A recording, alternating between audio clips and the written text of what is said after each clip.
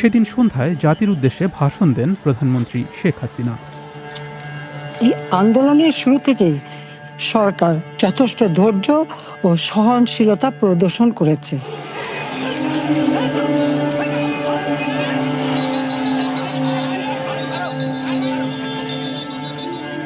বরং আন্দোলনকারীদের নিরাপত্তা নিশ্চিত করার ক্ষেত্রে পুলিশ সহযোগিতা করে।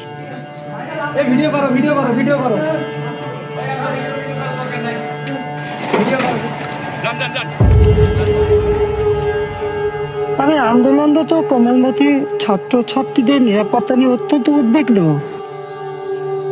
দিনের পর দিন প্রতিনিয়ত আমরা দেখতে পাচ্ছি যে আমাদের ভাই বোনরা আহত হচ্ছে, ভাই বোনরা শহীদ হয়ে যাচ্ছে। তখন তো আর আমরা এত রক্তের উপর দাঁড়িয়ে এই রক্ত মারে আমরা গিয়ে শেখ হাসিনার সাথে সংলাপে বসতে পারি না।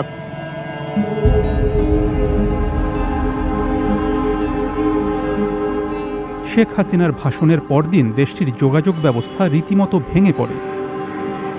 সরকারের নির্দেশে বন্ধ করা হয় ইন্টারনেট।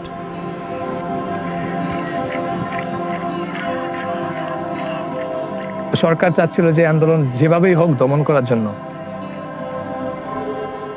বিজয়ের মতো তরুণ শিক্ষার্থীরা তখন ক্রমবর্ধমান প্রতিরোধের বলিষ্ঠ কণ্ঠস্বর হয়ে ওঠেন। আমাদের ফার্স্টে প্ল্যান ছিল আপনার যখন ইন্টারনেট শেষ হয়ে যায় সবাইকে আবার একত্রিত করার, কারণ গণহারে গ্রেপ্তার চলছিল, কোথায় কে ছিল আমরা কারোই খোঁজ পাচ্ছিলাম না।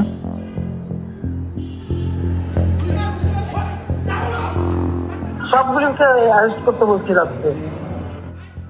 সবাইকে বলা হয়েছে যে যেখান থেকে টিকাটা পারবো দেখে ফেলবো।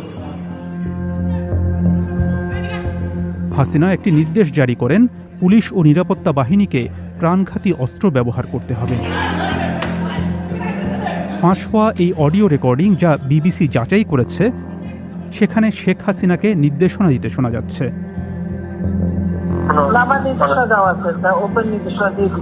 এখন লেখা লিখবেন, ব্যবহার করবে, যেখানে পারে সেটা গুলি করবে।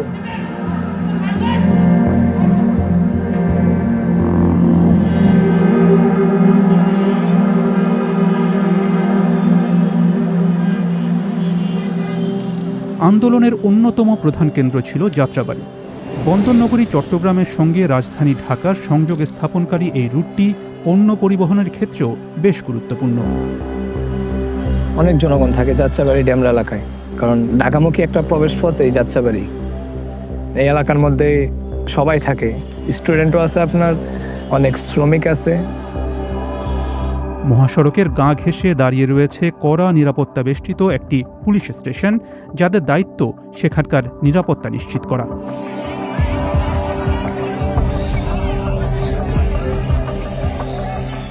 বিক্ষোভকারীরা বারবার মহাসড়কটি অবরোধের চেষ্টা করলে পুলিশের সঙ্গে তীব্র সংঘর্ষ শুরু হয়। বাংলাদেশের মানুষ তো স্বাধীন, তারা কথা বলতেই পারে। এখন যদি ওনাদের কথা বলার সেই স্বাধীনতা হারায় ফেলে, তখন জনগণ তো এমনি ক্ষিপ্ত থাকে। সরকার দেশব্যাপী কারফিউ জারি করে। যারা এই আইন ভেঙেছে তাদেরকে নির্মম পরিণতি ভোগ করতে হয়েছে। যাত্রাবাড়ী থানার সে সময়ের কিছু নথিপত্র বিবিসি আইয়ের হাতে এসেছে, যেখানে দেখা যাচ্ছে বিক্ষোভ দমনে পুলিশ তাজা গুলি এবং সামরিক মানের রাইফেল ব্যবহার করেছে।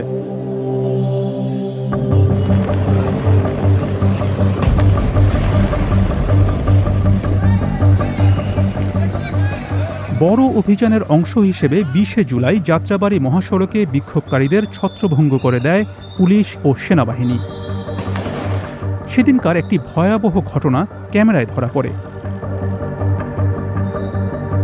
মহাসড়কের পাশে একটি চায়ের দোকানের কাছে 19 বছর বয়সী শিক্ষার্থী ইমাম হাসান তাইমকে মারধর ও গুলি করে পুলিশ। তাইমের বন্ধু তাকে নিরাপদ স্থানে সরিয়ে নেওয়ার চেষ্টা করলেও পুলিশ গুলি অব্যাহত রাখে। পরে ওই দিনই তাইমের মৃত্যু হয়।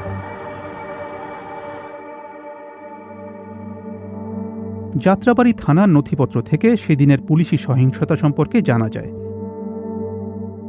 সেদিন পুলিশ প্রায় 2444 রাউন্ড তাজা গুলি ছুড়েছিল। এর মধ্যে 695 রাউন্ড গুলি ছোড়া হয় অ্যাসল্ট রাইফেল থেকে। সেই সঙ্গে অন্তত 210টি কাঁদানে গ্যাসের শেল নিক্ষেপ করা হয়। আন্দোলনকারীদের উপরে হামলাটা তো এই যাত্রাবাড়ী থানা থেকে কন্ট্রোল হয়েছে।